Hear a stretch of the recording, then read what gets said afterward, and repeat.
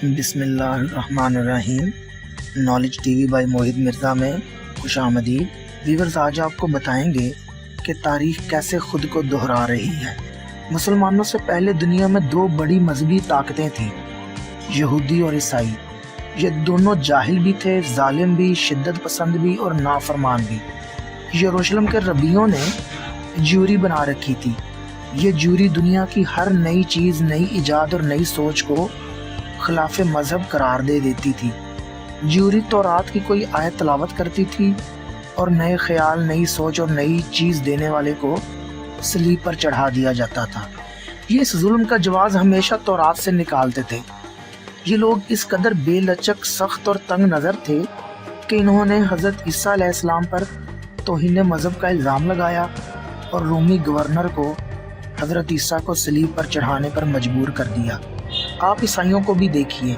عیسائیت یہودیوں کے جبر، ظلم، عدم برداشت اور جہالت کا رد عمل تھی۔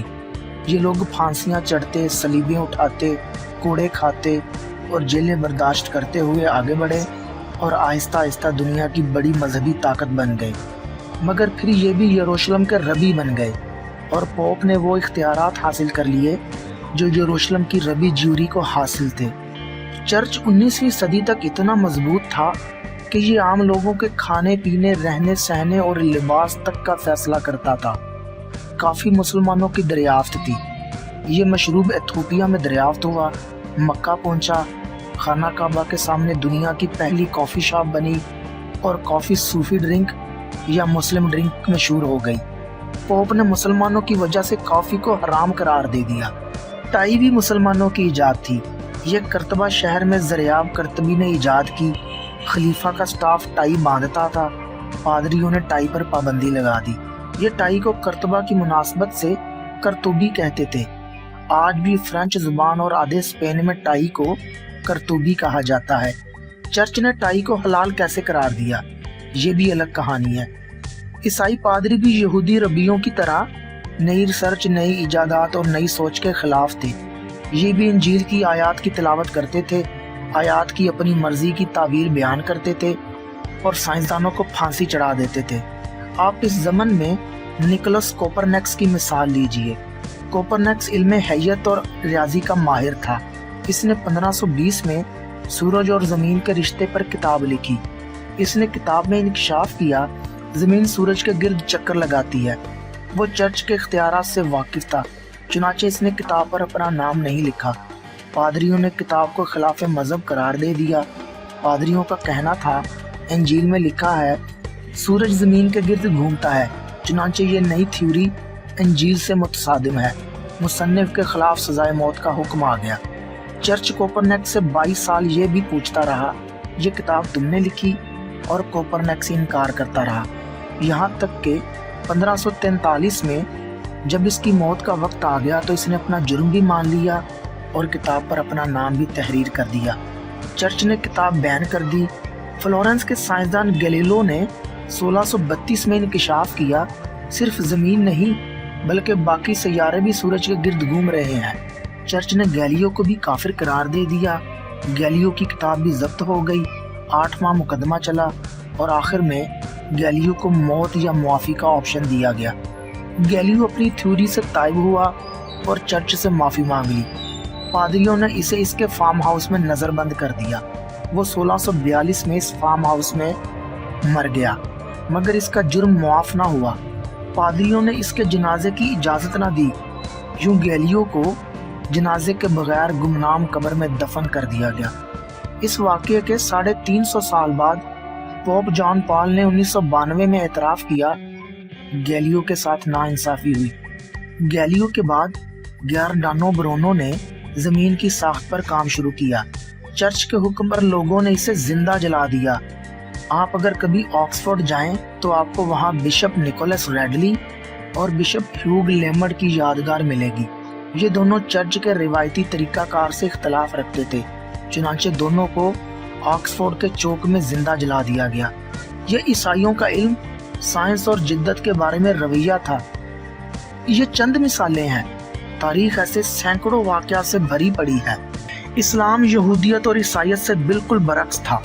یہ روشن خیال بھی تھا، یہ کھلا ڈھلا بھی تھا، یہ نئے اور جدید خیالات کو قبول بھی کرتا تھا، یہ علم دوست بھی تھا، یہ عملی بھی تھا اور یہ برداشت بھی رکھتا تھا۔ اسلام کا دل کتنا بڑا تھا، آپ اس کا اندازہ یروشلم کی فتح سے لگا لیجئے۔ حضرت عمر فاروق یروشلم کی فتح پر بیت المقدس گئے اور آپ نے چرچ میں نماز ادا کرنے سے انکار کر دیا۔ آپ کا کہنا تھا، میں نے اگر ایک چرچ میں نماز پڑھ لی تو مسلمان تمام کلیساؤں کو مسجدیں بنا دیں گے۔ مسلمانوں نے سینکڑوں سائنسدان، فلسفی اور فقیہ پیدا کیے۔ محمد بن ابن موسیٰ الخوارزمی نے 810 سے 820 کے درمیان الجبرا کی بنیاد رکھی۔ ثابت بن قرا نے 880 میں شماریات، جسے آج کل اسٹیٹسٹکس کا علم کہا جاتا ہے، متعارف کرایا۔ ابن الحیثم نے 1010 میں روشنی اور علم بصارت پر کام کیا۔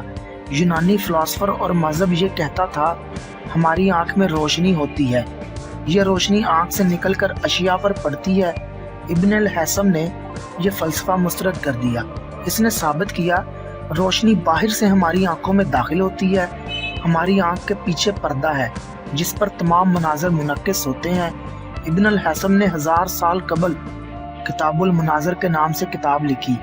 ابن الحیثم کے اس فلسفے پر بعد ازاں کیمرہ ایجاد ہوا، اینک بنی اور آنکھوں کا علاج شروع ہوا۔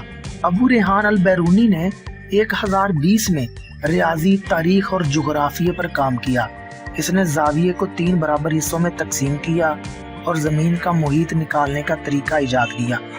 ابو القاسم الظواہری نے 980 میں زخم بھرنے اور سرجری کے جدید علوم کی بنیاد رکھی۔ اس نے ادویات کا پہلا انسائکلوپیڈیا بھی مرتب کیا۔ امام غزالی پہلے مسلم مفکر تھے جنہوں نے دنیا کو بجٹ کا تصور دیا۔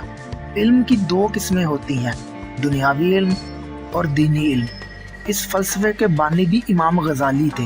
ابو علی سینا نے 11ویں صدی عیسوی میں طب کی بنیاد رکھی اور کتاب الشفا کے نام سے طب پر حیرت انگیز کتاب لکھی۔ یہ 18 جلدوں پر مشتمل تھی اور امیر تیمور کے پوتے الغ بیگ نے 1429 میں سمرقند میں دنیا کی پہلی جدید ترین رصدگاہ تعمیر کرائی۔ اس نے سورج کے گرد زمین کے چکر کا دورانیہ نکالا۔ یہ سب نئے علوم تھے، یہ تمام فلسفے نئی سوچ تھے، یہ سائنس کی بنیاد تھے اور یہ مسلمان مفکرین سائنس کے ان علوم کے بانی تھے جن کی چوٹی پر آج یورپ کی ساری ترقی بیٹھی ہے۔ مسلمان فقہ کے علم کے بھی بانی تھے۔ اسلام دنیا کا پہلا مذہب تھا جس نے اجتہاد کی بنیاد رکھی۔ اجتہاد اتنا بڑا علم، اتنی بڑی عدالت تھا، اس کے ذریعے حضرت عمر فاروق رضی اللہ تعالیٰ عنہ نے مصیبت کے زمانے میں چوری کی وہ سزا تک معطل کر دی جس کا حکم اللہ تعالیٰ نے قرآن مجید میں دیا تھا۔ یہ سب مسلمانوں کا کمال تھا اور ان کے کمالات کے دوران کسی شخص، کسی مسلم ریاست نے ابو علی سینا کے خلاف مقدمہ درج کیا، امام غزالی کو پتھر مارے اور نہ ہی البیرونی، ابن الحیثم، ثابت بن قرا اور الخوارزمی کو زندہ جلایا۔ اسلامی معاشرے نے نہ صرف ان تمام سکالرز کو تسلیم کیا بلکہ مسلمان آج تک ان پر فخر بھی کرتے ہیں۔ آپ کسی دن ٹھنڈے دماغ سے یہودیت، عیسائیت اور اسلام کی فکری، سائنسی اور نظریاتی تاریخ کا مطالعہ کریں۔ آپ اسلام کو دنیا کا جدید ترین، وسیع القلب اور سائنسی مذہب پائیں گے۔ ایک ایسا مذہب جو فتح مکہ کے بعد ابو سفیان اور ہندا تک کو معاف کر دیتا ہے۔ یہ جھوٹے نبی مسیلمہ کذاب کے پیروکاروں کو بھی قتل نہیں کرتا اور جو یونان کے فلسفیوں اور شام کے عیسائیوں سے معاشرت کا سبق سیکھتے ہوئے نہیں ہچکچاتا۔ آپ مذہبی اور معاشرتی تاریخ کا تھوڑا سا مطالعہ کریں گے، آپ یہ جان کر حیران رہ جائیں گے، ہم جہاں سن 1000 میں تھے، یہودی اور عیسائی آج وہاں ہیں۔ یہ آج البیرونی، ابن الحیثم، ابو علی سینا اور غزالی کے گھٹنوں کو چھو رہے ہیں، اور جہاں یہودی اور عیسائی صلیب کے واقعے سے سن 1600 تک تھے، ہم آج وہاں کھڑے ہیں۔ یہودی اور عیسائی آج ثابت بن قرا کو علم کا محسن قرار دے رہے ہیں، جبکہ ہم مسلمان اسلامی معاشرے میں نئی بات کرنے والوں، سائنس، ٹیکنالوجی اور علم کی بات کرنے والوں اور برداشت اور تحقیق کی بات کرنے والوں کے ساتھ وہ سلوک کر رہے ہیں جو کبھی پادریوں نے